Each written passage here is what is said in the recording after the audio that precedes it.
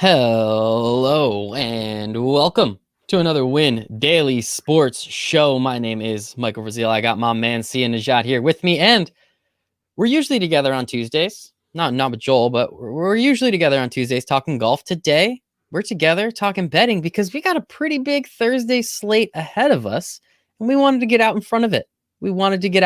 Sia, how excited are you for some Thursday football and turkey and I guess family, if you guys do that kind of stuff?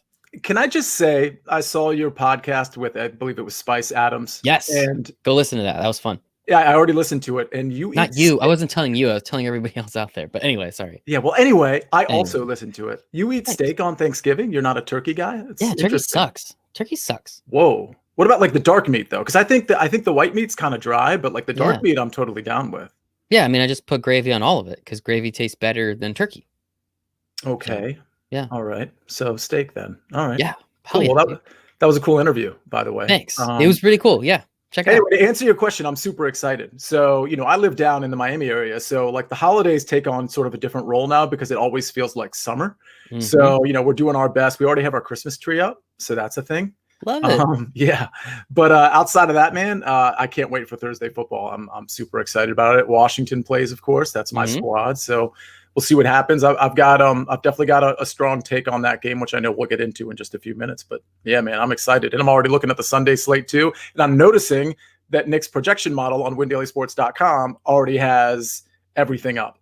So maybe or maybe not, it'll be updated if we hear about some injuries like DeAndre Swift and stuff like that. But yeah, man, I'm already looking at that and crafting my lineup. So I'm super excited. It's awesome. We already have up on the site Adam's game by game. He did a Thursday slate for us, so he goes over those 3 games.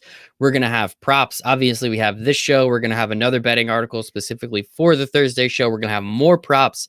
Jason, we pulled him and said, hey, you run this company. Why don't you write an article? So I got him to write an article. So he already has his FanDuel and DraftKings breakdown up on the site as well. We are giving you everything for Sunday because any reason to not have to talk to your family and stare at your phone, people, we're here for you.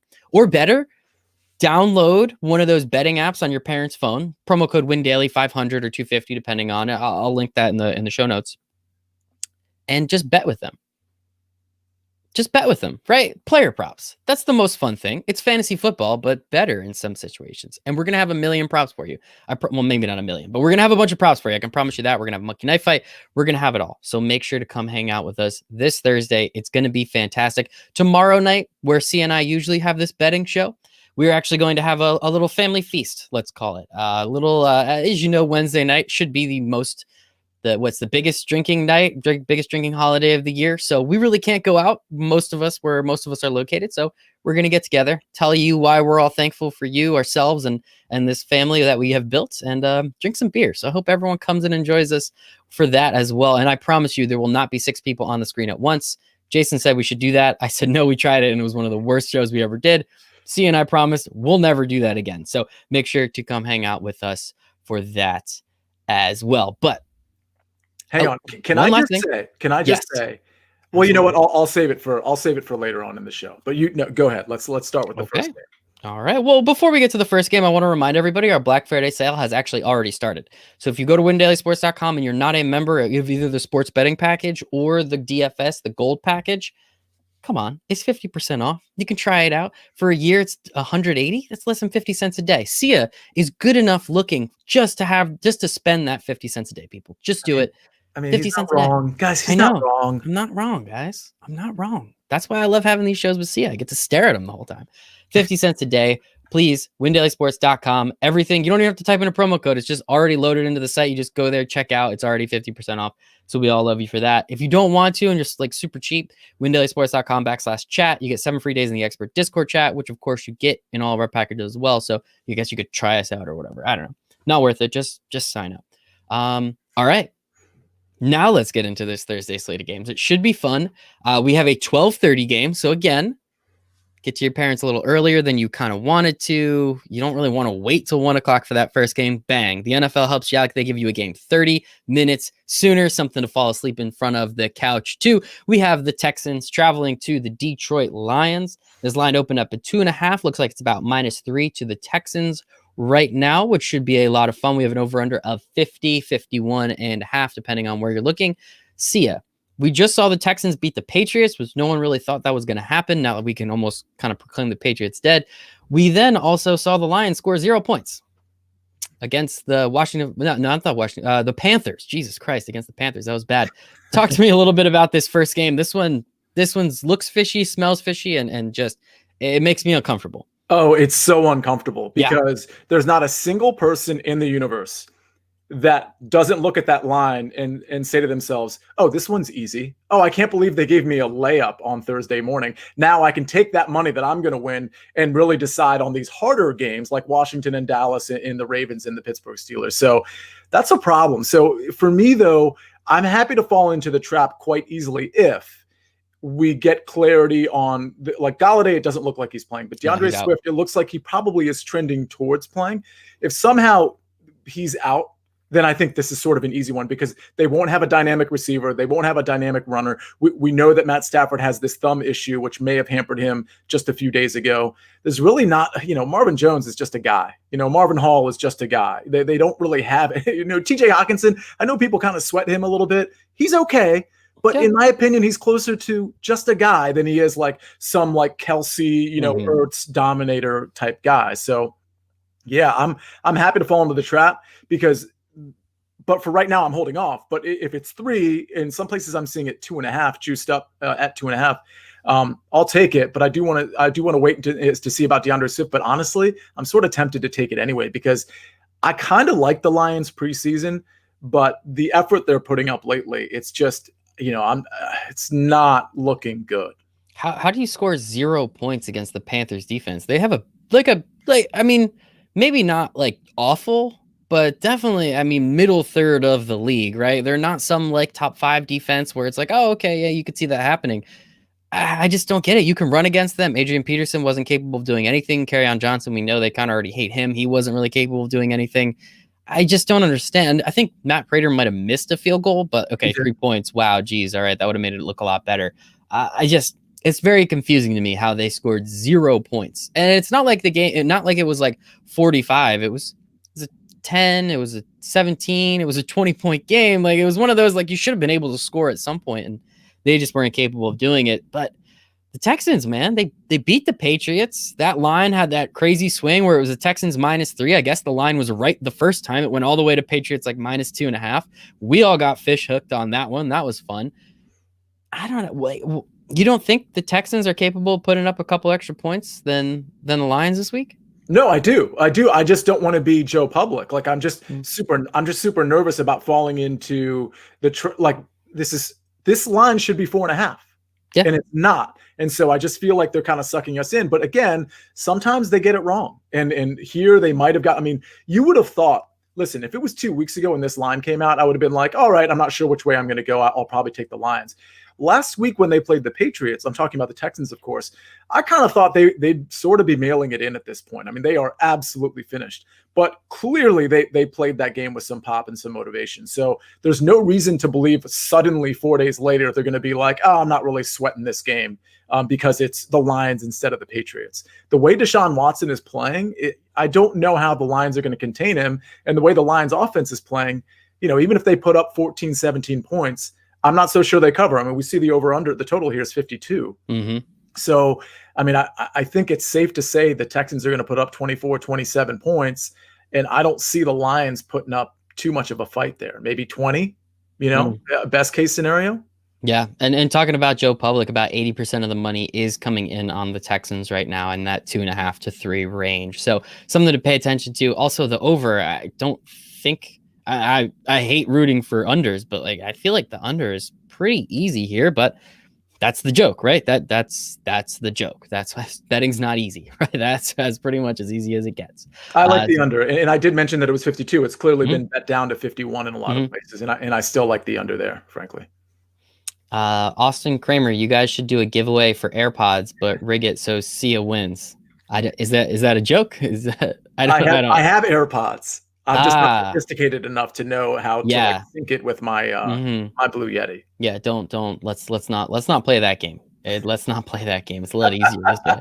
All right, let's move on to your Washington Football Club and the Dallas Cowboys. This game starts at 4:30 on Thanksgiving Day. As we all know, the Cowboys and the Lions are always the teams that play on Thanksgiving. I think the story goes that nobody wanted to play on Thanksgiving, and they were the ones that did it, and now joke's on everybody else because however many years later, I think last year the most watched program in the world, essentially, maybe not the world, that's probably a little over the top, but it was the Cowboys Bills game last year. I think like 36.5 million people tuned in to watch that game. So I would say it's probably pretty good to play on Thanksgiving. So we have the Washington Football Club. We have the Dallas Cowboys. Line opened at -1 to the Cowboys. It's all the way up to 3, but not for any real reason. It seems like it's a 50-50 split of bets, a 50-50 split of the money. Over under started at 47. It's now down to 46, 45 and a half, depending on where you're looking. As we said, the Washington Football Club, I didn't say it, but I'll say it now. They did beat the Joe Burrow, kind of less Bengals. Unfortunately, Joe Burrow's out for the year, which kind of sucks. But they were putting up a fight. It didn't really look like the Bengals were going to win that game anyway. And the Cowboys, +7.5, come and beat the Minnesota Vikings, which was kind of awesome. I think I called that one.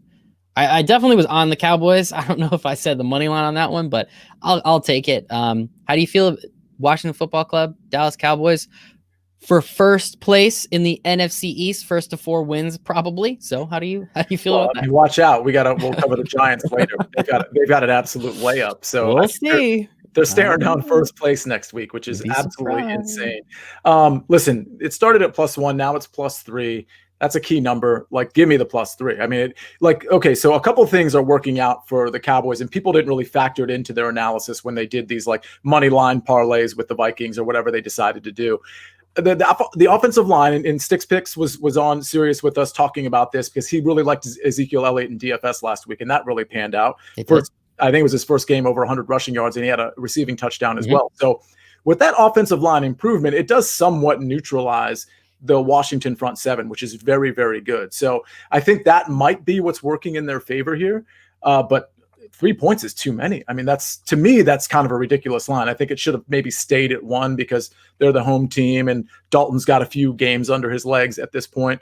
I'm not really an Alex Smith believer, but even if he does the check down thing, I think the defense can keep this thing close. And he has enough weapons with McLaurin, Antonio Gibson, JD McKissick, and Cam and Steven Sims that they're not related, by the way, that I think he can matriculate the ball down the field in the game manager fashion that he normally does. So yeah, I think Washington probably wins this outright, but I'll take the 3. At beating the book, I hope you just heard what Sia said. Matriculating. That's a big word. That's that's a big word. I just want you to know that. So fun fact, Gil went to high school about 20 miles from me in the upper Maryland area. And it's a high school like we played in sports and whatnot here and there. So he's a big fan of the 4 and 5 syllable words. So hats off to Gil. He's one of the best in the business for sure. Hats off. Hopefully we're going to have Josh Applebaum on in the next couple weeks. He said he would come on. Josh, you said you'd come on. We have Stoby in the chat telling us, yes, Ezekiel Elliott did not hit 100 yards.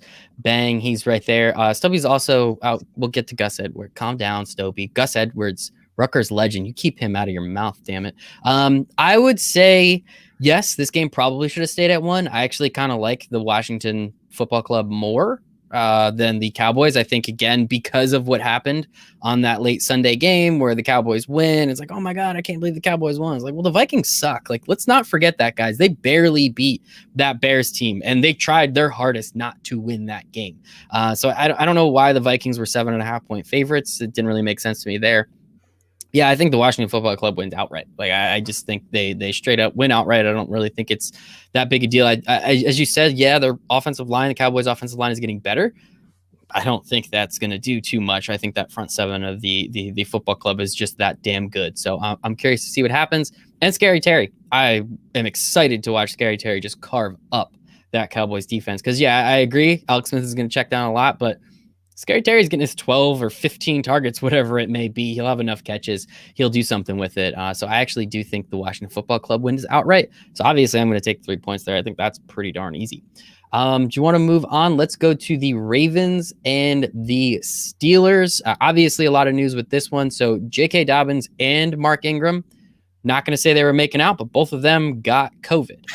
So that's something happened there. Gus Bus, Rutgers legend, most likely to get the start, and actually did pretty well against the Steelers last time they played. I think he had about 100 or about 80-ish yards rushing, maybe even had a touchdown on there. Going to be weird.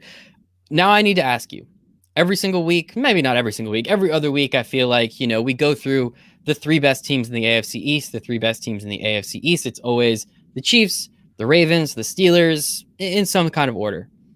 Can we finally take the Ravens out of that top three? Because when they go to 6-5, they can't possibly be one of the best three teams in the AFC East when we're going to have the Dolphins possibly with 7 wins, the Colts, the Titans, one of them's going to have 8 wins at the end of this week. Well, I don't actually know if one of them is better, but can we finally just take the Ravens out of the top three? Because they are very clearly not one of the top 3 best teams in the AFC. Okay, first of all, you keep saying the AFC East. You're talking about the AFC, right? Conference, okay, so, my bad.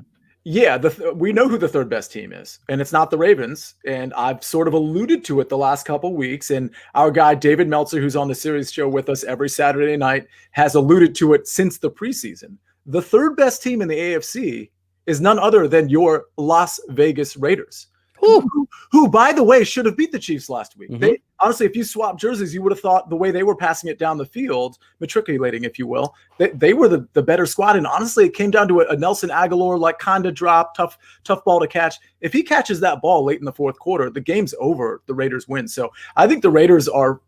I don't want to say they're firmly entrenched as the third best team. I guess my point is, you have your top 2 teams, and then you have everybody else, and they're all on kind of a level playing field.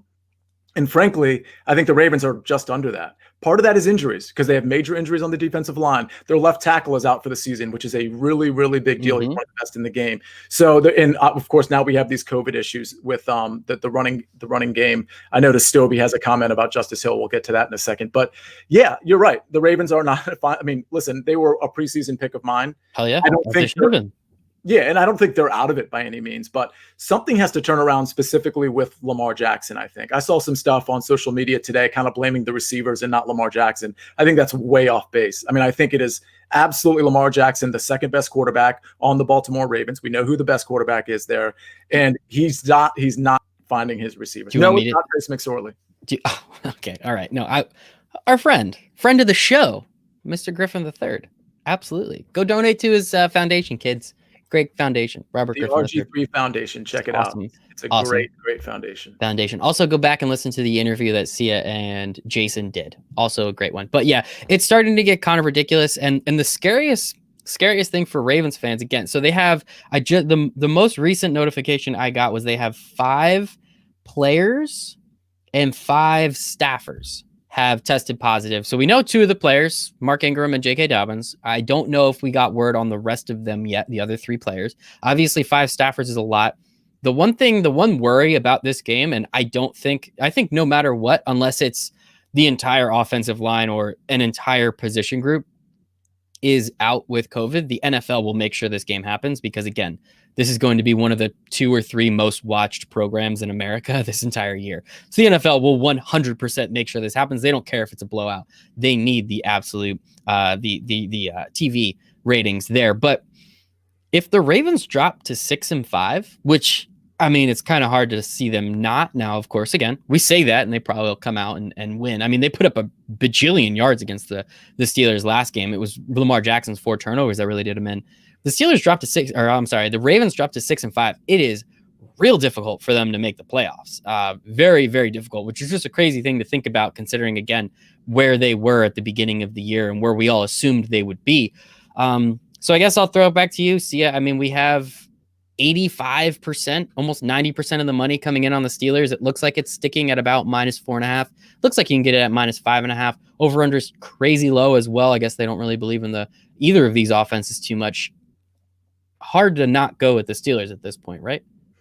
Wrong. No, I'm on the Ravens here. And it's mostly because, okay, so we have Mark Ingram out. I don't know that that's really a factor here, right? J.K. Dobbins is the most talented running back on the team. He's out. He's really dynamic also in the passing game. But just like Stobie brought up, Justice Hill, he can catch. Like he will be used in the passing game. And Gus Edwards is more like a north-south guy, your Rutgers product. But listen, Gus Edwards had a fine time, just like you said, against Pittsburgh last time they played, which wasn't that long ago. So I honestly think, unless there's a Lamar injury that I don't know about, which I know a few weeks back they were, or maybe like a month or so ago, they were talking about maybe a knee issue and he was resting, during weekly practice and whatnot. But unless there's something I don't know, I think they're going to be able to run the ball pretty easily against Pittsburgh. So listen, they killed Jacksonville last week, but the 3 games prior to that, Pittsburgh was allowing 4.9 yards per carry to running backs in those like 3 weeks prior to the Jacksonville game. So it's not like they're like staunch on the defensive line. Devin Bush is out. He's out for the rest of the season. You can move the ball that way. So I think this is a ball control game. I think the Ravens have just enough to maybe score some points. We've seen Pittsburgh kind of be up and down against certain teams. They put the full court press on Jacksonville, but if they don't cause those turnovers like they did in the Jacksonville game a few days ago, then Ravens are probably going to score their points. So give me the dog here for sure. You convinced me. Wow, that was so easy. No, I mean, it is, again, what they did the first time. Ravens probably should have. They had a very good chance. I think it was 4th and like 7 from like the 15 or something. So they were about to score that last touchdown. They just couldn't punch it in. And I mean, again, Lamar Jackson, you usually don't have 4 turnovers in a game. I think he had 2 picks, 2 fumbles. It wasn't a great game for him. They put up a bunch of yards. They put up a bunch of points. Still weren't able to pull it through. The Steelers' stat lines, if you look back at that game, kind of sucked. Like they put up what feels like maybe 250 yards of total offense and just ended up winning that game because they didn't really have to move the ball too far. So I think our money line parlay is just going to be all the dogs in the Thanksgiving games? Yeah, I think so. For free. Screw it at this point. You might as well, right? Let's just take all the dogs. You got to be the Lions, though. That's tough. But again, we talked about how that seems kind of trash. See? Maybe on the right side. Fishy. It's a little fishy. I don't know, man. I think I'm going to do it. I'll put in a money line parlay. Lions, Football Club, Ravens, and just hope and pray that the Ravens don't screw me over again.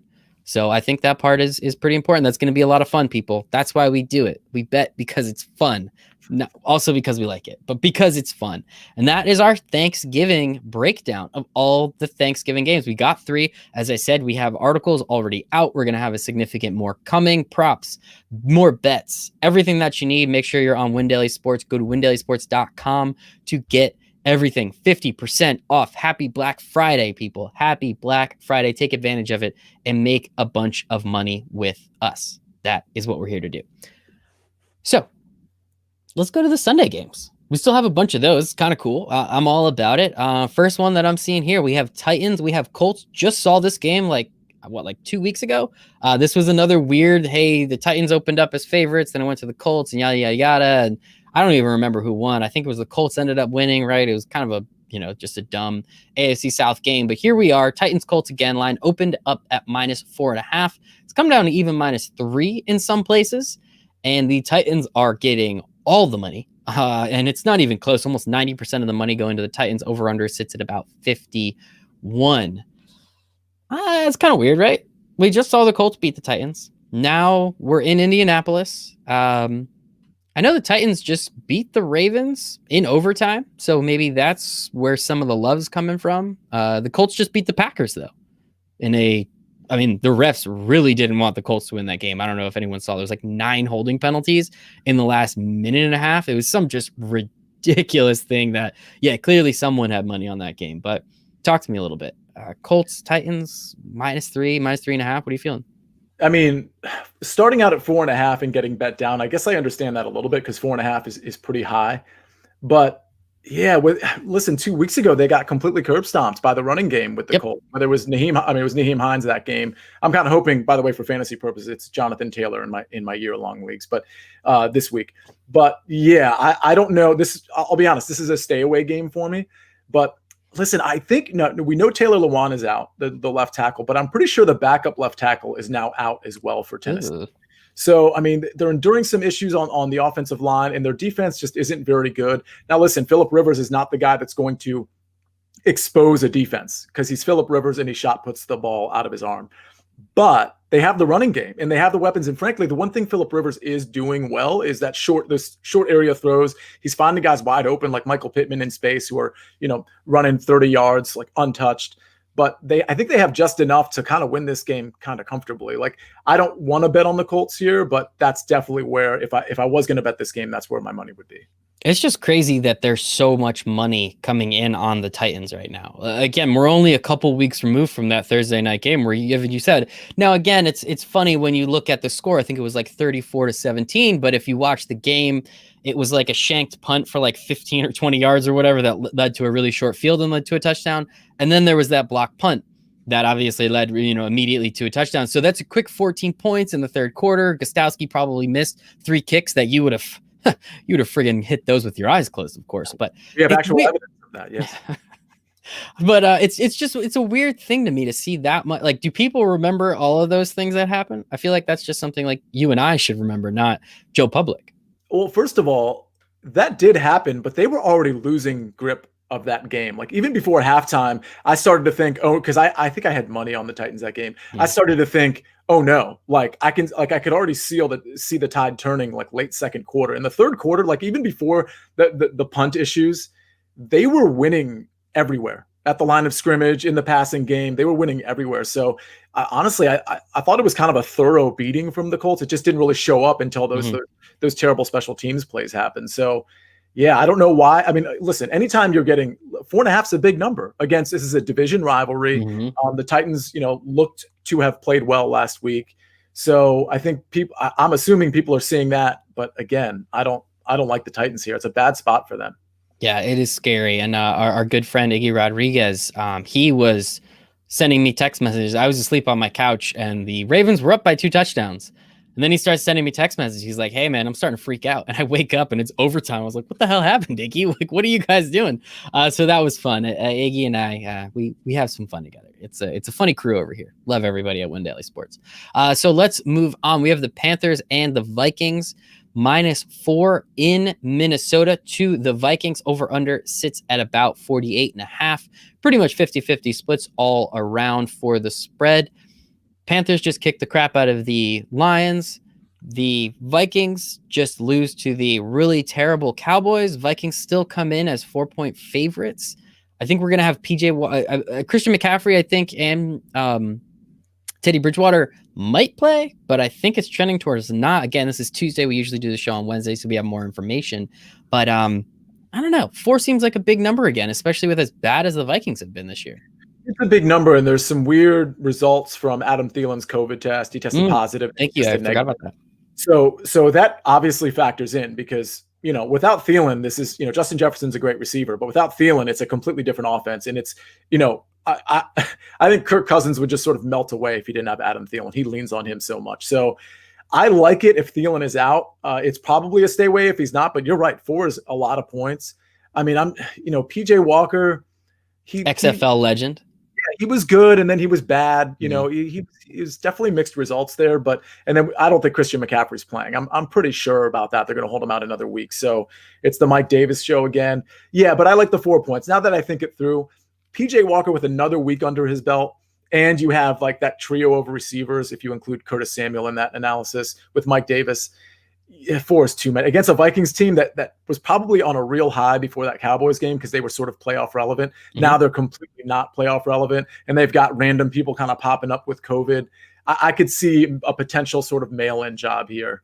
So yeah, give me the 4 points. Yeah, I think I will agree with you there. I don't think the Vikings defense is very good. I know they kind of looked decent for a couple weeks, but one of those games was against the Bears again. So let's not forget about that. One was against the Packers, but that was just a weird ass game. Dalvin Cook just did whatever he wanted. So it's weird. I don't know. I mean, one thing I will say is Dalvin Cook will run all over this Panthers team, which will be a lot of fun to watch. So I don't even know if Adam Thielen is necessary. I think the game plan should be, Kirk, if you have to throw the ball 10 times, we really screwed up. So just let Alexander Mattison, there we go, and Dalvin Cook do their thing. And I think it should be just lights out on the Panthers at that point. But 4 is still a lot of points, and the Vikings defense is pretty bad. So I do think that the Panthers have a pretty good shot. So we'll see. Should be a fun one. Pretty DFS relevant. So I think that should be definitely something to pay attention to. Well, the DFS relevant game is coming right up, man. Yep. This is like, in my opinion, the DFS game. Yeah, this is going to be a lot of fun. I think we're looking at the same list. So I have the Chargers and the Bills in Buffalo. Bills coming off a bye, -6 to the Bills. It's down to about 5.5. More of the bets are coming in on the Bills, but the money's about split 50-50. Over, under of 50. 90% of the money is on the over. That number got bet up to 53. I am 100% in for it. Justin Herbert, we were wrong. He looks like the absolute real deal. Josh Allen, I know you're going to say some disparaging things about him, but I love watching him play football. It's an absolute blast. Austin Eckler looks to be returning from the IR this week. So I'm kind of curious. I mean, we saw his workout videos. Of course, everybody puts those workout videos out, so whatever, man. But I think it's going to be really interesting to actually see how many touches he gets, especially considering they kind of found, Justin Jackson, he gets hurt, so whatever. Josh Kelly keeps fumbling the ball, so we're not really going to pay attention to him. Oh, we found Kalen Ballage, and he's actually done pretty well, like pretty solid, especially as a fourth string running back. So I'm kind of curious how much run they're going to give Austin Eckler. I assume it's most of it. Before we get to your pick and, a little bit of analysis, I just want to say Sia did take the Chargers last week, and Anthony Lynn let him the F down one more time. I think Anthony Lynn has to be an usher at your funeral at this point, just so it can be one last time, because my God, this guy hates you so much, Sia. So talk to me a little bit. We got the Bills -5.5 at home over the Chargers. Well, for the record, Anthony Lynn has been mostly a bet against for me because of how just putrid that team is. Games, but I told you that, and you still took them. That's all I'm going to say.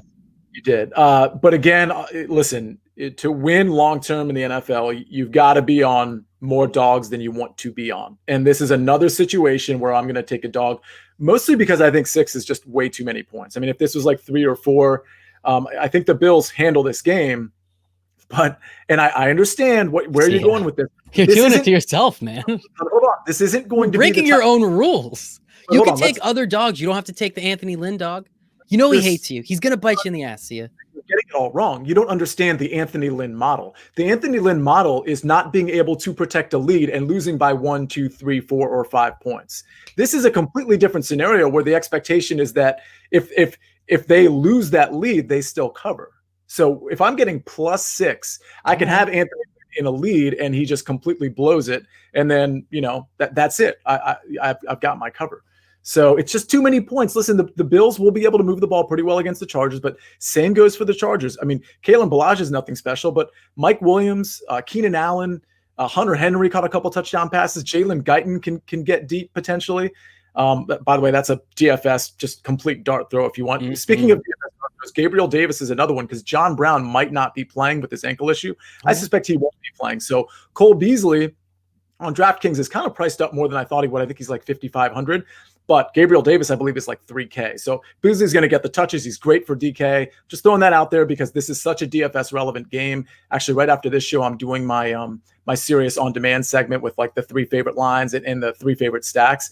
That's definitely one of them. And just, keep that in mind. But 6 is too many points. Anthony Lynn or not, 6 is too many points. Damn. I don't know. I don't even know what to say, Sia. I understand you're thinking, yes, the Chargers will be up by 17 and then let us down. That's kind of how it works, and they'll lose the game. But I think Anthony Lynn knows and hears the things you say about him, and he wants to prove you wrong. So I think he's going to be working with that 6-point lead. I do like the Chargers in this spot because the Bills' defense kind of sucks, and the Chargers' offense has been awesome. I think it's going to be an absolute shootout. I think this game is going to be a blast. So I'm just excited to watch this one. It's one of the 1:00 games. So it should just be a fun game, but I don't know. I don't know which way I'm leaning. I don't think I'm going to bet on this game, but if I guess I did, I'd probably go Bills 5.5.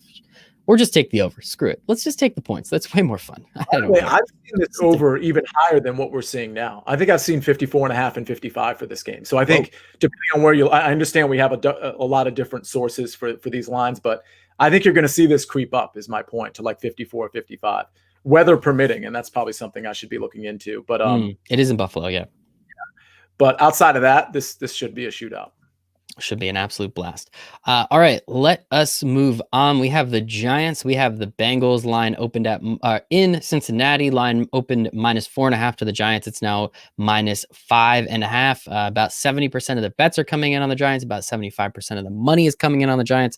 The over/under moved from 45 to 42.5. Yikes! With almost all the money obviously coming in on the under. With that, as we said before, Joe Burrow, his whole knee pretty much exploded. They wouldn't even replay it. It was that gross. You can kind of see it a little bit, and his leg goes the wrong way. It's very unfortunate. I think he's such a cool dude, and I'm very, very disappointed with that. But it is the NFL. This happens every year, and there's really nothing we can do about it. So Giants coming off 2 wins, coming off a bye, firing their offensive line coach because him and the head coach get into a fist fight. Everyone in the world is on the Giants. 100% the Bengals cover. This line's going to continue to move up. It's probably going to get to about 6.5. That's where I will take the Cincinnati Bengals to cover. I'll still take it at 5.5. Yeah, you're right. It's going to continue to go up. I mean, not only have the Giants won 2 in a row, but the game they lost prior to that, correct me if I'm wrong, but it was against the Tampa Bay Buccaneers, right? Mm-hmm. Where you could argue they should have won that game as well. So, I mean, they're sort of peaking right now in the NFC East. I mean, they're like a team. But listen, Ryan Finley. I mean, so it's not just Ryan Finley. So you have to understand what Joe Burrow did. He had an awful offensive line, and he made it seem like, even though he was getting crushed here and there, he was getting hit everywhere, but like he made it seem like his offensive line wasn't that bad. He made it seem like, well, yeah, we have deficiencies, but like I can move around, I can step up in the pocket, I can scramble, and I can see these guys, T. Higgins and AJ Green downfield, and I got this. But Ryan Finley doesn't have that luxury. Actually, he's kind of mobile, but his pocket presence, he doesn't have any of the attributes or skills that Joe Burrow was drafted for. So yeah, this is going to be a tough time. And honestly, the way the Giants are, all their receivers are healthy. They have the full complement of receivers. Wayne Gallman is playing well enough to be relevant. Evan Ingram is seems to be like actually catching balls and running the right route. So that helps. So I just don't like, as good as the receivers are for Cincinnati, I just don't see Ryan Finley getting them the ball. And so, yeah, I actually think, I don't know how high like if it's 7.5, I would never take the Giants, but I'll tell you this, believe it or not, the Giants are going to be involved in a ton of money line parlays. In a ton. This is going to be like for a lot of people, they're just going to see Ryan Finley and they're going to see the Giants are good enough. Let me go ahead and money line parlay this, which I'm probably going to do as well.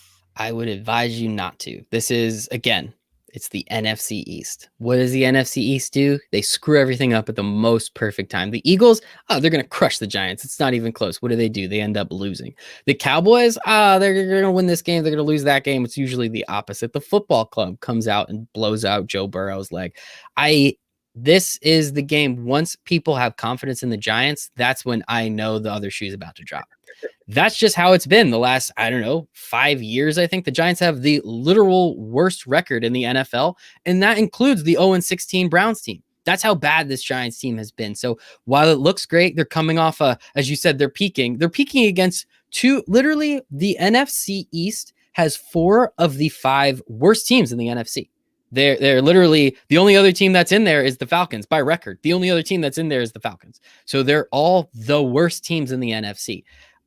I don't know why. And I know, and again, it's Joe Burrow. He's not there. I don't know what's going to happen. I am very confident that the Bengals at least cover. And again, I would not be surprised in the least if Daniel Pennies throws 3 friggin' picks. One of them's return. He has a fumble. Just a bunch of bullshit happens. It's the most perfect time for this to happen in the NFC. And that is why I think it's going to happen. I'm not going to put my money on this game because I try not to bet on the Giants games because I have enough emotions, as you could probably tell, involved. But yeah, this is just the perfect time, man. I'm telling you, the perfect time. You are too jaded to be objective at this point, I think. That's true. 100%. I'll agree with that. You're wrong because it's still a big line and it's still the New York Giants. But let me just point out one thing. I don't want to get off on too much of a tangent because I know we probably only got another 20 minutes on the show. But I think I just said this like 2 weeks ago. I know we said it right after the draft collectively as a Win Daily team. Drafting T. Higgins, who is a great receiver, instead of upgrading the offensive line behind your star number 1 prize future next 10, 15-year quarterback is the equivalent of it's malpractice. I mean, this is like the highest degree of negligence you could possibly exhibit as a general manager is not upgrading the offensive line with all those picks that you had. They had a high second round pick. They had a high third round pick. They had plenty of picks, and they drafted T. Higgins. They already had Auden Tate, who flashed the year before, AJ Green, who was finally going to be healthy this year, and of course Tyler Boyd, who was an emerging star receiver. And they had other guys too. Erickson is a decent enough guy. They had the burner, John Ross. Ross. They did not need to draft this guy. You could have traded the pick away or traded up with a couple of your picks, grabbed the next best offensive lineman, and they didn't do it. And now Burrow's injured. This is like Andrew Luck times 2. It's David Carr times 2. This is not where this franchise needs to be, but it's their own fault. It's very sad, especially because Joe Burrow's so cool too. Like, he's good at football. Also, he's pretty damn cool, so that helps. As Stobie says, Colts lost Andrew Luck because they did not draft a line at all. They got Quentin Nelson though. They got a guard. They picked a guard one time, and yeah, look at that. It didn't really do anything. So exactly, it is sad to see kind of that stuff happen. Kind of just forgot about Andrew Luck though, which is kind of funny how that works. But sorry. But here's the thing. Here's the difference with Andrew Luck. You could have made an argument on that team that he needed a receiver. You know what I'm saying? Like, there were drafts after you drafted Andrew Luck where it kind of made sense. Like, oh, let's just grab this skill position guy or this defensive back. You did not need a receiver if you were the Bengals. You needed to protect your quarterback, because even if you thought AJ Green was a little washed and old, you still had Tyler Boyd. You still had Auden Tate, who had played well the year before. Like, you could pick up guys in free agency. You could pick up a Devin Duvernay type, later on in the draft, or not that he's flashed, but my point. Like, these guys that have like, potential that you can draft in the 4th, 5th, 6th, 7th round. You don't need to draft T. Higgins there. And it's just, you see this shiny toy and you don't know any better. And you're like, oh, he's going to be great for us. Well, yeah, that's true. He's going to be great for you, but you're probably going to lose your quarterback for a game or two, or maybe 10 or 12 months. Yeah. It looks like, however many weeks, we're on week 12 right now. So at least 6 weeks this year, and we'll kind of see what happens next year. So thanks, Rocker. Really appreciate that, bud. Wishing me a happy birthday. Thanks, bud. Yeah, it's sad. And that's the thing, I hate Colin Cowherd, but he said something once that really made sense. Wide receivers are the icing on the cake. Like, you need a good, defensive line, offensive line, quarterback. You need then the rest of your defense, just get that figured out. And the wide receivers, you get enough time, everybody's a good wide receiver, right? Like, it's just one of those things. Brandon Stokely was an incredible wide receiver, right? Like, there's just so many guys you can point to and say, hey, he was like open. Like, that's all you really needed if you have a good quarterback. I don't think you had to spend that high of a pick. And yes, T. Higgins looks great, but who cares? Like, now he has no one throwing him the ball for the next 2 years. Yeah. The order of things is offensive line, then defensive line, then everything else. I mean, you can make the argument like defensive back after that, but receiver is not in that like initial part of the equation. And by the way, a testament to that theorem, if you will, is in terms of maybe a potentially average quarterback behind a great offensive line or a great offensive system, is none other than Tom Brady. Yeah, I said it. He's not like listen, he had the luxury of being in a great system. He's still a great quarterback. But I think Tom Brady in a different offense behind a different scheme might not be the quarterback we all think he is. I was actually just trying to get a rise out of you there, Michael, and it totally didn't work out. But I do think that Peyton Manning is the best quarterback of all time. There. How about that? Did that work? I don't care. Why?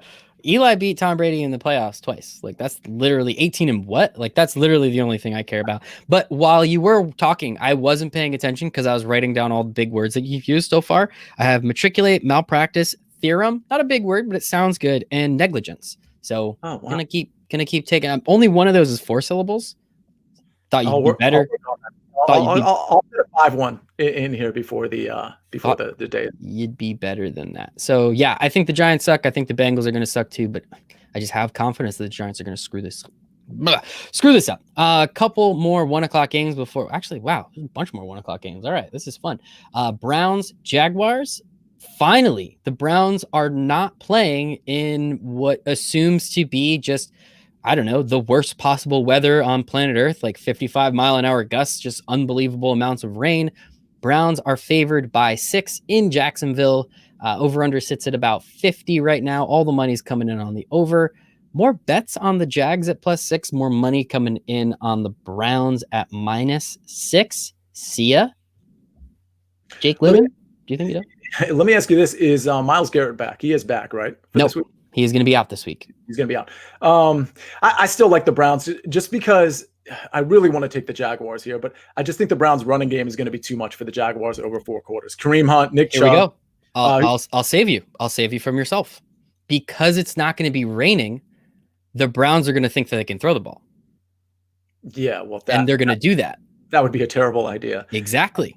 That's what's going to happen. Tell me that's not going to happen. Well, it's Kevin Stefanski though, and I think he's smart enough. This isn't the old ball club with like Freddie Kitchens and who was it, Hugh Jackson right before him. Terrible coaches. So no, I think Stefanski's going to get smart here. Listen, the Browns are on track to make the playoffs like emphatically. And all you have to do against the Jaguars is have a conservative game plan and run Nick Chubb and then run Kareem Hunt and have them hurdle over like multiple people like they did last week. And you cover this. 6.5 is a lot of points. Jake Luton looks like he's regressed a little bit. Yeah, it was the Pittsburgh defense, but yeah, some of those throws, I mean, one got tipped, but like, yeah, I think maybe the book is out on him a little bit at this point, and maybe we're kind of realizing why he was a 7th round pick. Yeah. So yeah, give me the Browns here. Yeah. I don't know, man. I think this is like the perfect time for just dumb stuff to happen. And Casey, sorry, I didn't mean to call whatever the hell that is weather in Cleveland bad. My bad, man. I mean, I saw it. I had to. The only game I got to watch on Sunday at 1:00 was Eagles Browns. That was awful. Let me say, because this is Casey chiming in, who I talked to privately earlier in the week. He just had one sort of thing to say about the Burrow thing that triggered me. Sorry, I know I'm backtracking. He said the only surprise about that Burrow injury is that it didn't happen earlier. And I just that is like the perfect way to encapsulate what the Cincinnati Bengals did to Joe Burrow. Yep. Yeah, so, I mean, we kind of were talking about it all year. Like he was getting hammered. It was just kind of eventually gonna happen. Came against a really good defensive line that was getting a significant amount of pressure the whole game. It's really not that surprising. It's just kind of sad. And Greg Williams before Freddie Kitchens. So that they were like solid for those 6 games, weren't they? Yeah, they were solid. Yeah, I thought they were like, that's when they kind of won some games. Like, I don't know. But nobody likes Greg Williams. So they were like, yeah, you can't be the coach. Sorry. Yeah, right. And then they wasted another year of just Cleveland fans' hearts. Gotta love it, Casey. You gotta love it. I don't know, man. I think, the Browns should win this game. If they forget that they have 2 of the best running backs in all of football, I think they still win no matter what. But I wouldn't be surprised if they're just kind of dumb for like the first half, or the Jags score 7 points first and then they start to freak out and are like, wait, we shouldn't give the ball to Nick Chubb 18 times. Let's do something else. That's the wrong thing to do, Kevin Stefanski. That's the wrong thing to do. Let's move on. Dolphins Jets. Dolphins favored by 7 in New York. Over under sits at about 44. Most of the money coming in on the under, which is kind of weird. Most of the money obviously coming in on the Dolphins. We said it the last 2 weeks. The Dolphins lines were very, very fishy. Last week, they got it. We finally were right. I guess it took us a couple weeks to be right. But we said, hey, why are the Dolphins only favored by 3.5 to the Broncos? Oh, wait, it's on the road. Oh, wait, it's in Mile High. Tua's first road game. Tua was so bad, he just gets pulled from the game. That's how awful it was. It wasn't an injury. It came out, I was like, oh, he rolled his ankle. And it's like, nah, he didn't roll his ankle. He sucked. So we took him out of the game. Fitzmagic almost did his thing towards the end of the game there. But we were right, Sia. Took 2 weeks, but we were right. The Vegas knew something.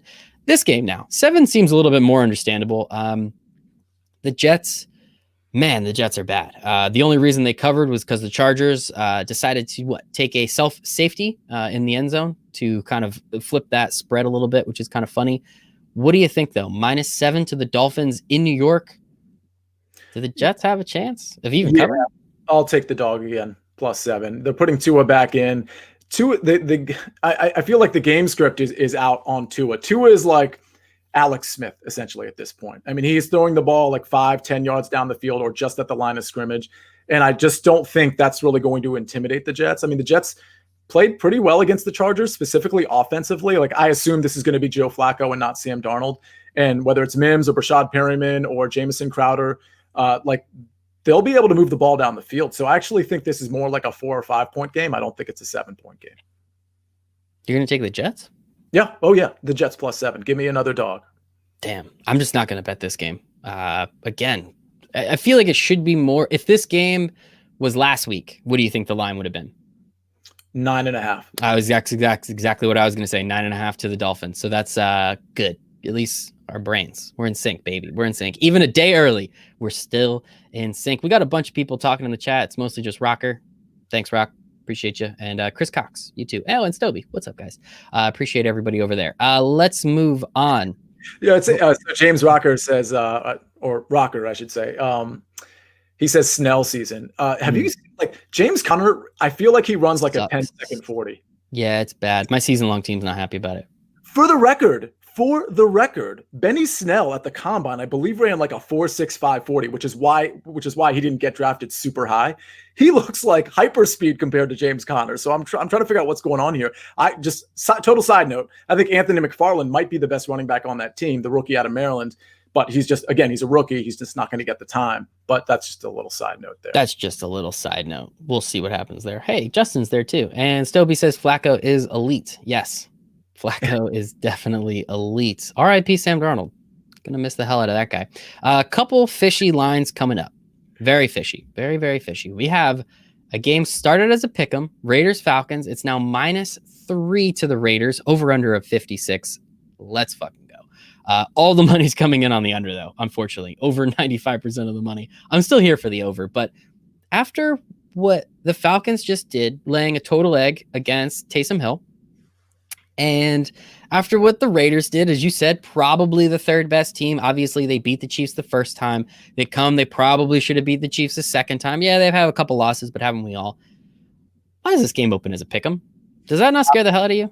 I have no idea. I mean, they played a Sunday night game. They have to travel to the East for, I believe this is it's a 1:00 start. Mm-hmm. So I can't imagine that factors in so much that it's worth like 3 points. So I don't understand. I don't get it.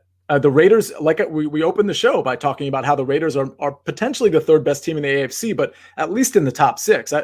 I don't think you could really make a great argument that the Raiders are not a top 6 team in the AFC. And here Atlanta is just being awful. Julio's probably not going to play. Mm-hmm. And by the way, for fantasy purposes or DFS, even if that guy's active, please don't play him because his hamstring will tighten up. He'll pull his groin within like 12 minutes and you won't get the benefit of 3/4 of points. I mean, that happens to Julio probably more often than any player in the history of the NFL. The point is, Matt Ryan has been terrible too. And the Raiders aren't going to do much from a pass rush standpoint, so that's going to help Matt Ryan out a little bit. But yeah, the Raiders are just a better team. They're going to be throwing the ball downfield, and then they got Josh Jacobs.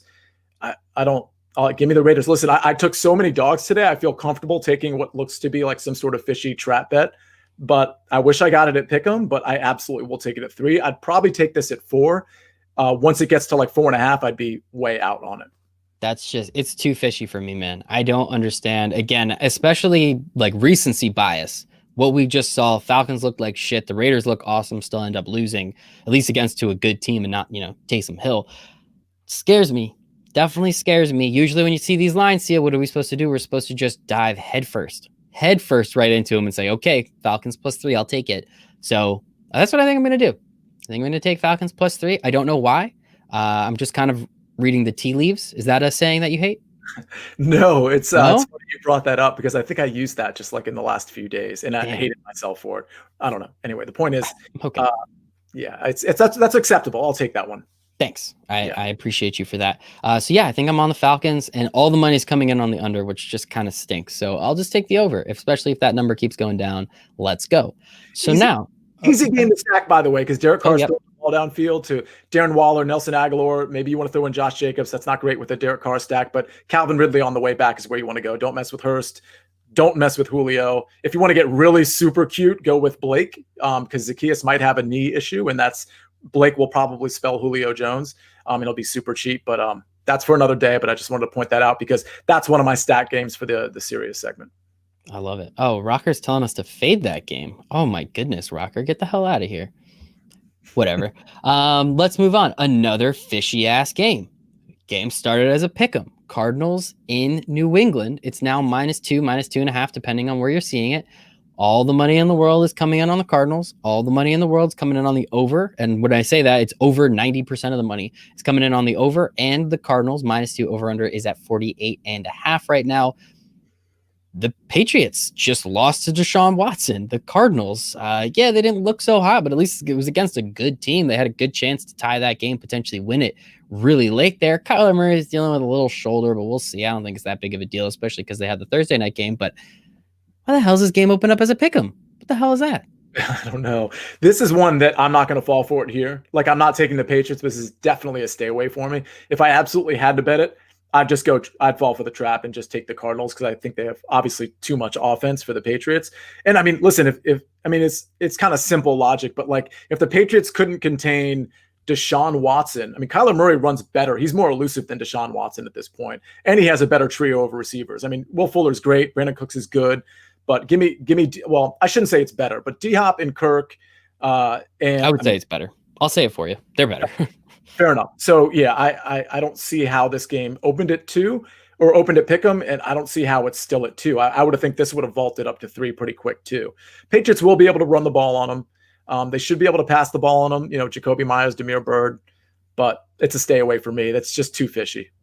Too fishy. That's 2 games in a row, man. I just don't get it. Where are these lines coming from? Especially, again, Vegas doesn't make the lines because they think that's exactly how the game's going to end. They're just trying to get 50% on the bet on one side and 50% on the other. But in some situations, they want everybody to be on one side because they want to win the game. And what the side they're saying is, of course you should take the Cardinals at -1 or -2. That's how they're going to win all their money for the week. I did an article for One Daily Sports. It's free every week. I started doing it. And it's just the 3 most lopsided bets. Guess what? Every single one last week went to to Vegas. Vegas won. All the people, all the public that were on the bets. The Dolphins were one of them. The Ravens were one of them. I can't remember what the third one was. Every single one lost. The public lost all their money. Vegas took them. This is one of the games, and I think the Raiders too. Unfortunately, that's not quite as lopsided, but that's definitely, I think, going to go in that direction. All right, we have 3 4:00 games, and then we have a couple primetime games to get to as well. Let's open it up. NFC West matchup, 49ers and Rams down in Los Angeles. Rams -7. 49ers coming off a nice bye. Over-under started at 47. It's now down to 45. 60-40 split on the bets, about 70-30, 2/3, 1/3 on the money, all going to the 49ers. This is the most perfect spot, right? The Rams just beat Tom Brady in prime time. They look incredible. High-flying offense. Defense looks great. This is the perfect spot for the 49ers to come and win, right? Like, it's not even a question. It's not even a question. This is one of my favorite bets of the week. Bang. The 49ers. You said it. This is recency bias, like bold-faced. This is exactly, public's going to jump on this. They haven't really seen the Niners, and last time they did, they vaguely remember, they weren't very good. They haven't been very good. By the way, they've been kind of banged up, but they're getting some guys back, particularly on the offensive end at receiver and running back. Their defense had already been getting healthy when they played the Saints a couple weeks ago. They still have the issue at quarterback, but again, coming off a bye, they should have fixed that issue to some degree. And we saw what the Rams did. The Rams defense is very good, but this is Kyle Shanahan versus Sean McVay. Sean McVay's kryptonite, if he has any, is a coach that is as good as him. And I actually think Kyle Shanahan's the best coach in the league. So, and I think you can, Bill Belichick, yes, you can, but I'm talking like leave Bill Belichick, Josh McDaniels out of the equation. I think Kyle Shanahan's the best coach in the league, and I think Sean McVay is probably second best. And by the way, they were together with Washington just 5-6 years ago with RG3 and Alfred Morris and that team. Listen, 7 is ridiculous in my opinion. I understand why it's 7, but the true line for this game should probably be, believe it or not, I think it should be as low as like 3.5 or 3. Ooh, I was going to say 4.5. We're close. We're close. I do think 7 is too many points, 100%. And I think it's Mostert and Jeff Wilson Jr. are coming off the IR. So we don't have to see JaMychal Hasty anymore, run like 12 times for 23 yards. I don't think it matters that much, but once you're down to the 5th string running back, it is kind of difficult for Kyle Shanahan. We know he's incredible, but give him his top 2 running backs. I think that offense is going to look a lot better. Just get healthy all over the place. I mean, they were dealing with COVID. I think last time they lost Trent Williams as well. He was out for the last game. A couple other dudes were out with COVID as well. So as you said, Nick Mullins, give him an extra week. And then we'll see CJ Beathard come in the 4th quarter, throw for like 200 yards. It'll be sweet. Nice closer to the game. I think 7, I think this is even like the perfect spot for the Rams to lose. right? I don't even know how many times have you heard in the last couple days. I mean, it's been, an entire 24 hours now. Oh, Rams are going to the Super Bowl. It's not even a question, right? And like, that's the perfect time for them to mess up. So I know some guys that are kind of like insider to the 49ers organization. They don't actually work for the organization, but they have some connections. I think the belief inside the 49ers camp is they can still make a run at the playoffs. And I think Shanahan really wanted to get his guys, and maybe this is common knowledge. Maybe you don't need to be an insider here, but for people who aren't like, just think, oh, well, the Niners are mailing it in because they're like, there's no way they're going to make the playoffs. Well, an extra team makes the playoffs this year, and the 49ers can rattle off a few wins in a row and all of a sudden be very, very relevant. So now that they're finally getting healthy, I mean, this team has been disappointing, but they've been probably the most injured team of any team this entire year. So they're getting most of their, a lot of their key pieces are still gone. They'll be gone the whole year, but it's a perfect spot. Yep, getting healthier, getting better, getting some way situated. I still think this is their first game against the Rams this year, or is it their second? I think it's their second. It is their second? Okay, so they played the Cardinals already. They've played the Seahawks. They've played the Rams. So, I mean, they're out of the division, I want to say, by 3 games, maybe 3.5 because of that Seahawks win. I think if they win their divisional games, I mean, I think it's definitely a possibility. I would say the Seahawks probably take the division because the Seahawks still get to play the entire NFC East. If that's not 3 wins, I don't know what is at this point. And we're going to get to one of those games in a little bit. But yeah, 100% with you on this one. I think the 49ers +7. And I don't even think I honestly wouldn't be surprised if the 49ers take it home and win the game only because of the public sentiment and everything that's going on. I think we forgot that the 49ers are still good, even with like half their players. Let's move on. We have the Saints, another 4:00 game. Saints going to Mile High to take on the Broncos. Line opened up by -5.5. It's still -5.5. You could probably get it at -6 depending on your book. 50-50 split on the bets, 50-50 split on the money, give or take. Over under of 43.5, and all the money's coming in on the under. My goodness. And it's big money. It's about 50-50 split on the bets, over 80% of the money on the under. Taysom Hill, week 2. Drop off? Question mark? Probably not against Denver. And I love the fact that Denver's coming off a win. But I think the defense, well, I'm hoping Marshawn Lattimore is back for purposes of this bet. But I think Drew Lock is going to be very turnover prone in this game. I think the defensive line is going to get pressure. The thing about Taysom Hill, I don't think he has to do that much. They've got Latavius Murray, they've got Kamara. And by the way, when Taysom Hill did have to do something in the passing game, he bought time with his legs and he threw the ball downfield. Michael Thomas had a ton of catches. Emmanuel Sanders had a ton of catches. And frankly, he should have had more catches. A couple were called back by a penalty. But yeah, I think 5.5 is it's an interesting number, but I see the Saints kind of turning things on and winning this game by 7 or more. I like that. Saints started 1-2 and are now 8-2, 7 in a row. And I think this is the second year in a row that they did this. I think the first team to ever start below 500 after 3 games and then rattle off 7 wins 2 years in a row. Yeah, I think as the Dolphins line was really fishy, I think it was because it was Tua. So I still think this one's weird because it's still Taysom Hill. Like, he looked pretty decent. He had more rushing, which was kind of nice. Had those 2 rushing touchdowns. Kind of felt like he just forgot Alvin Kamara is like the best wide receiver in the league, potentially. So I'm kind of curious. Hopefully they work him back into the receiving game a little bit. I don't really know why the hell they would leave him there. So definitely interesting, but the one thing I'll say is that when you have such a low total and you have like a relatively big spread, you typically want to be on the dog there because obviously the implied points for the winning team aren't super high, but still, yeah, I think Drew Lock just hasn't really looked good the last few weeks. I mean, he was okay on Sunday, but I just think the Saints defense is going to be too much. And I don't think Melvin Gordon is going to be able to run the ball like he did against the Dolphins. The Dolphins run defense is very suspect, very, very suspect. I think the Saints will clamp it down. I don't see Melvin Gordon. If anybody gets loose, I think it's probably Phillip Lindsay. I think Melvin Gordon's going to be looking like he's running in mud on Sunday. Running in mud up at Mile High. That's a country song if I ever heard one. Let us move on. We have what I'm assuming is America's game of the week. We have the Chiefs traveling down to Tampa Bay to take on the Bucs. Line opened at -3 to the Chiefs. It's now -3.5. About 80% of the money is coming in on the Chiefs. Over under of at 53. It's bet up to 55.5, and literally 99% of the money is coming in on the over, which I'm always for. This is going to be a fun game. Tampa Bay's defense has been good, has been bad, kind of confusing. What do you think? 3.5 to the Chiefs? I feel like, I don't know, this is going to be a pretty good game either way. Yeah, this one's really tough. It's definitely a stay away for me. If I had to take it, I think I'd have to go with the Buccaneers plus the 3.5. I really don't like it though. And I definitely could see the Buccaneers losing this game, but 3.5 is just enough for me to want the dog here.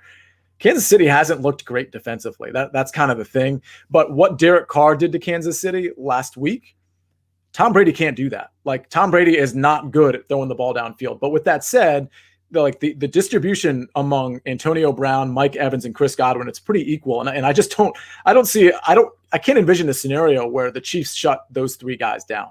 So I don't think you really need the long ball if you're Tom Brady here. I still think they lose the game probably, but 3.5 is too many points. It is a lot. I think I lean with you there. Yeah, I still think the Chiefs end up pulling it out, some sort of, 2-minute stand. Did you know that was Patrick Mahomes' first touchdown within 2 minutes to as a go-ahead score? No. Weird, right? I just kind of assume he's done that 100 times because we all kind of proclaimed him a Hall of Famer. It turns out it's only the dude's third year playing starting quarterback. So kind of funny. Perception sometimes, man. Perception. I agree with you. Also, if 100% of the money's coming in on the over, that obviously means it's going to be the under, but I'm still going to go with the public and take all those points. Let's go. Awesome. All right. So we have two probably kind of bad games for the Sunday night and Monday night. So we'll see how it happens. Everyone, of course, don't forget 50% off windailysports.com. We're giving it to you all 50% off. Take the money and win money with us. We have you for showdowns. We have you for sports betting. We have for props. Props are awesome. Everybody loves props. It's like almost fantasy sports, but sometimes even better because you don't have to worry about the rest of your team. You're just worrying about one guy. You want him to get so many catches and so many yards, and it's an absolute blast. So we got you for props, got you for betting. We obviously have you for DFS as well. This should be a fun slate this week. So again, windailysports.com. No promo code necessary. We just baked it into the site. Anybody that's signing up, even if you didn't know, you're getting the 50% off. So go take advantage of it right now. The Sunday night game, we have the Bears, Chicago Bears, traveling to the Green Bay Packers. Packers opened up as -8.5 favorites, over under of 45.5. Yikes. Most of the money coming in on the Packers, most of the bets coming in on the Packers. The last time we saw this Bears team, Nick Foles actually had to leave the game. I don't know what the hell happened. I think it was like a hip pointer or something. It was bad, but Jesus Christ, this Bears offense is terrible. David Montgomery, I don't think is going to play. They're kind of considering maybe I don't know, Mitch Trubisky is going to come back. Yikes. See ya, 8.5. Does that sound like too much to you? Well, we don't even know if Trubisky is healthy enough to play. So, I think the same goes for Foles. So, it could be Bray coming in, which is why I think this line is off the board in a lot of places.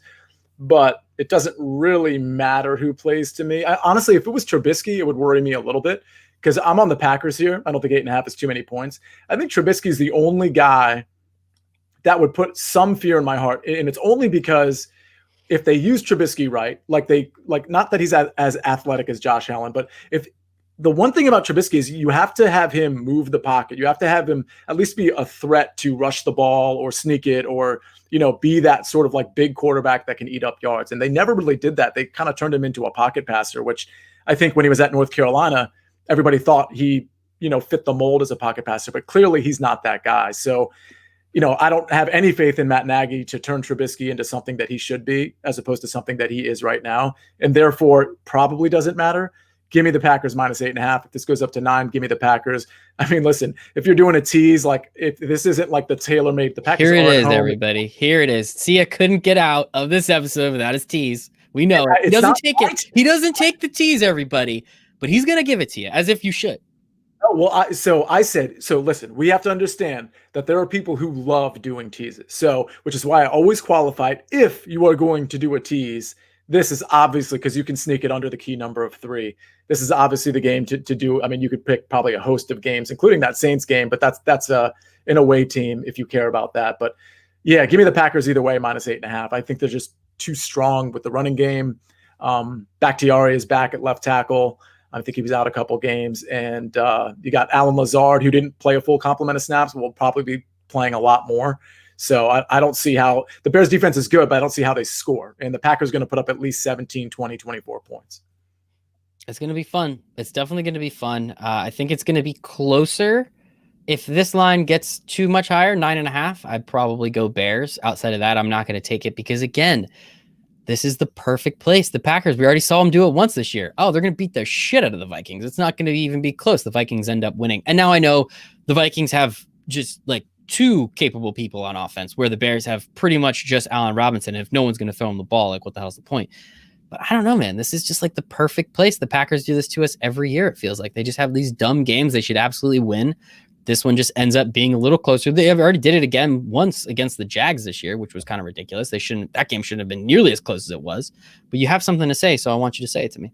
Well, one thing to keep in mind, just from a contextual standpoint, I was looking for a 5-syllable word, and then I realized contextual is not syllables. But that's 4. That's good. That's not bad. I was working for more. But the point is, keep in mind the Packers are coming off a very tough loss where they could not protect the lead. Aaron Rodgers giving everybody middle fingers. And that is like a really big deal for like their aspirations to have a number 1 seed and maybe have a bye and all of these things. I don't know if they would have gotten it anyway, but the point is like this puts them in a really kind of tough spot from a playoff standpoint. They'll be making the playoffs, don't get me wrong, but they are going to have a lead in this game, and they are definitely going to be able to protect it against this Bears team versus a Colts team that they frankly probably should have protected it against as well. So when you're coming off that type of loss, the last thing you're going to do is take your foot off the gas. So if you assume they're going to have a lead, they are going to continue to build off of that lead given last week's context. It's going to be interesting. It's going to be interesting. This is setting up perfectly for the 6-10 Giants to go into Lambeau Field and win in the playoffs. So I'm here for it, people. I am here for it. That's going to be a lot of fun. Last game of the weekend. What an incredible, incredible Thanksgiving weekend it's going to be. This is our Monday night game. Again, one last time, people.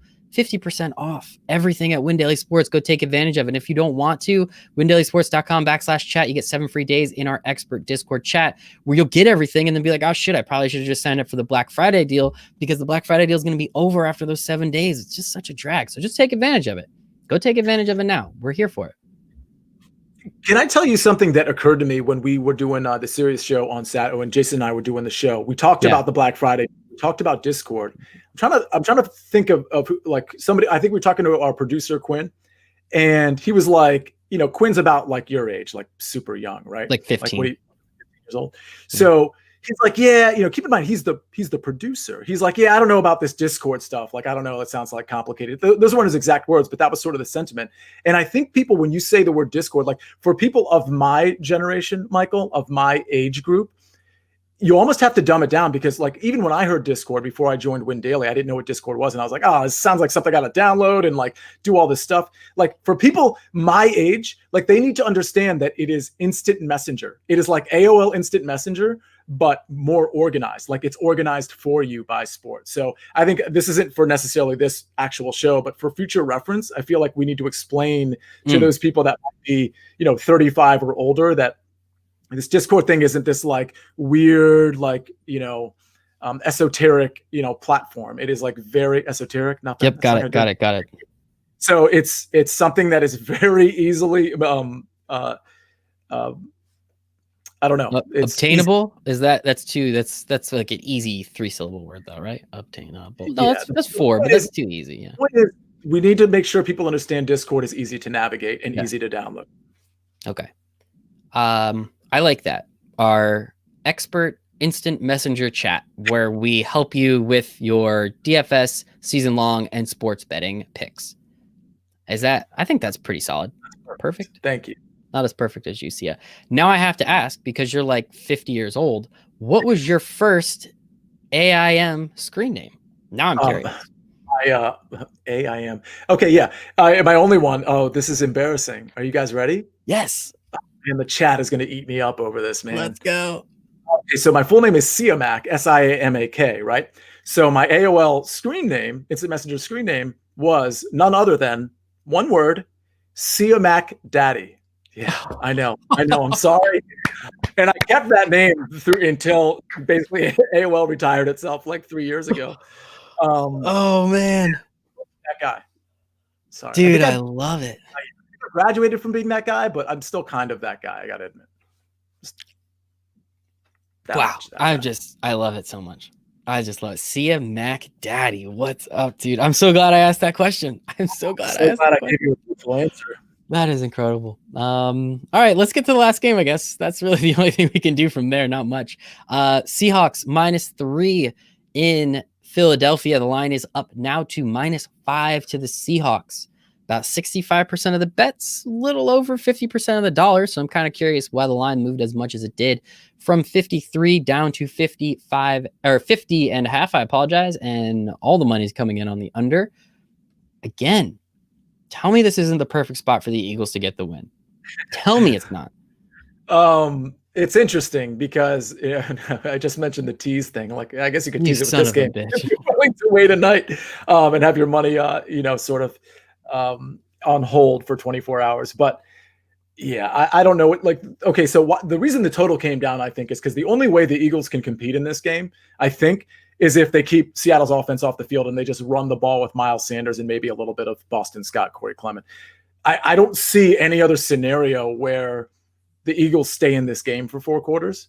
So I don't know what to say. Like, it's an isolated game because it's Monday Night Football. So odds are I'll be on the Seahawks. But everybody who makes these numbers knows everybody's betting on this game because it's Monday Night Football. So you would have thought the line would have opened at like 7.5. Because then that hook on the 7 would have scared some people and be like, it's still the Eagles and the Seahawks defense kind of sucks.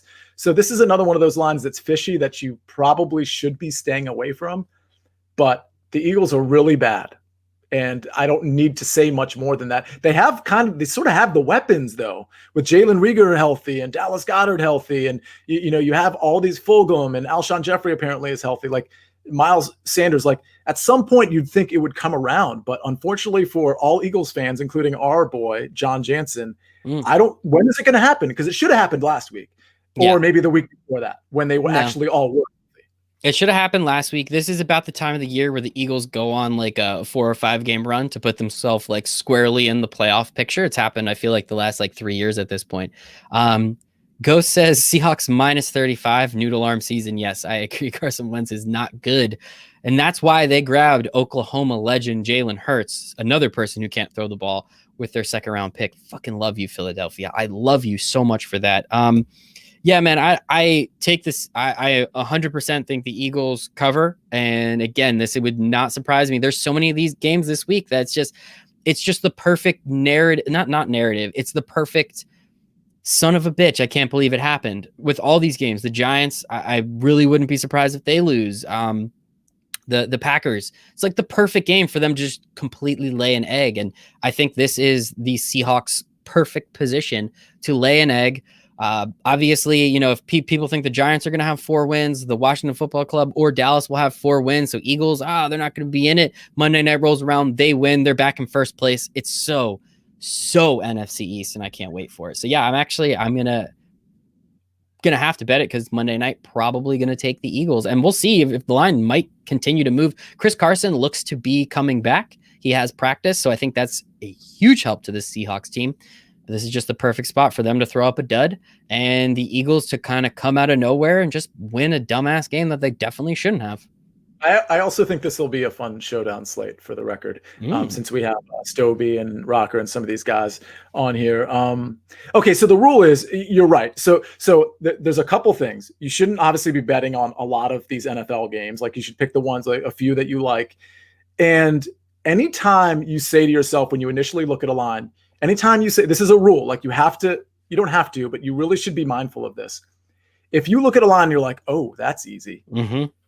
Unless you have some inside information that nobody else knows, you're the sucker. So please keep in mind that when that reaction is triggered by the line that you see, you're probably on the wrong side of it. So what that means is probably just don't bet it. That doesn't mean take the other side of it necessarily, because you had your intuition on, the one side that you thought was easy, but that typically means to stay away from it. So take a few games that you like, make sure you have a couple dogs included in your analysis, because, everybody likes betting the favorites and you don't want to be on the side of everybody. Right. Nope. So, I mean, I'll just to recap, like my favorite 3 games are Vegas -3, which does seem trappy, I will admit it, at Atlanta, the Giants -5.5, believe it or not, or 5 or whatever that number settles at. And then the San Francisco 49ers +7 against the Rams. I like those 3 the most. Those are the 3 I'll be betting. I'll probably do some fun parlays or something for very little money with some of the other games we talked about, but that's how you should be thinking about these games. Yes. Also, I hit my 5-leg soccer parlay today. Shout out to the guys in the soccer chat. Soccer betting's a friggin' joke, guys. It's just a joke. Just make all your money there. It's just a joke. But I agree with you. Love that 49ers. I like all the dogs on Thanksgiving, especially if DeAndre Swift is in the game. And those 2 pick'em games, the Cardinals and the Raiders, I'm not going to touch those. I am not going to touch those games. Those scare the hell out of me, because there's no reason they should have opened as pick'ems unless we're wrong, which, hey, we're wrong. If we're wrong 45% of the time, we're doing a really good job at this. So the only reason I'm taking the Raiders is because I'm still at a point where I don't think people appreciate how good the Raiders are. And it's because I agree with you. It seems like a sucker bet. I don't think people have bought into how good the Raiders are yet. And for good reason, right? They haven't been good in a long time. And nobody really respects Derek Carr, even though he's putting up top 10 statistics from a quarterback standpoint, if not top 8 or top 7. So because that respect factor isn't there, I think that's influencing the line, which is why I don't mind taking that particular sucker bet, because I'm not so sure it's a sucker bet. But I agree with the sentiment. That should have opened at 3. It shouldn't have opened at pick'em. Right now, it probably should be closer to 4, especially with Julio and Limbo and the Falcons looking like a mess last week. It scares me, man. It scares me. But that is it. That is it for our show. We were here. We had a blast. I wasn't really paying attention to the chat because they all just kind of started talking to themselves. So glad you guys had a good conversation during our conversation. I was just going to say, that was one of the more fun parts of the show. I know you're kind of doing a lot of the moderating. You can't see it, and you're telling us the lines, but I appreciate everybody. Some of them are Win Daily people, but I appreciate everybody in the chat, because it's always good stuff. For the guy who asked about there was a guy who asked about Taysom Hill because he lost Joe Burrow. I mean, it's a low total, but he is going to pick up yards in the air and with his feet, so it makes sense if you have no other options. He was talking about year long, not DFS. No, that makes sense, and especially again, he's probably going to run in a touchdown too, so. That helps. Depending on your scoring system, if you have 4 for passing touchdowns, that's definitely a good spot to be in. But that is it. One last time, 50% off everything at Win Daily Sports. Go get it. We already have articles out for Thanksgiving. We have Adam's Game by Game, which is free. We have Jason's, which is behind the paywall. But again, you can get it 50% off. So just go take it. Go take it.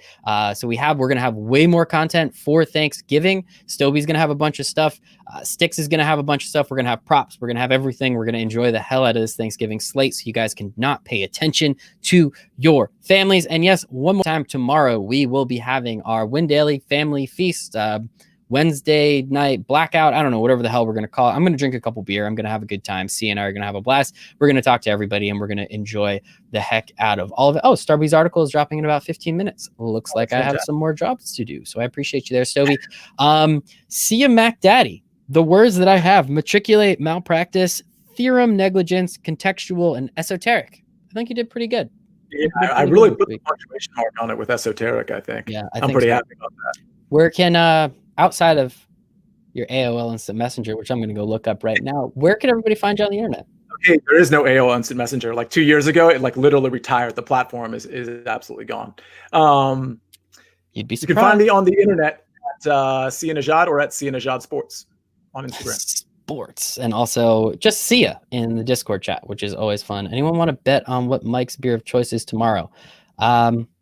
Shit, Bud Light -150. I would take it. I'm gonna have to take that. I do have Stella's though. I do have Stella's, and it's Thanksgiving. I might get a little classy, so we'll see. You can find me at Michael Raziel 1. Just to make Sia feel better, my first AOL Instant Messenger was just the letters URASOB. So that was my. I thought I was hilarious at 12 years old. Well, I guess I would have been 6 at that time, maybe, but. Those were the days, man. Those were the days. Make sure to follow us at Win Daily Sports on Twitter, Win Daily on Instagram. For Sia, for myself, make sure you get 50% off at Win Daily Sports, and we hope you make it a very profitable week 12 of the NFL.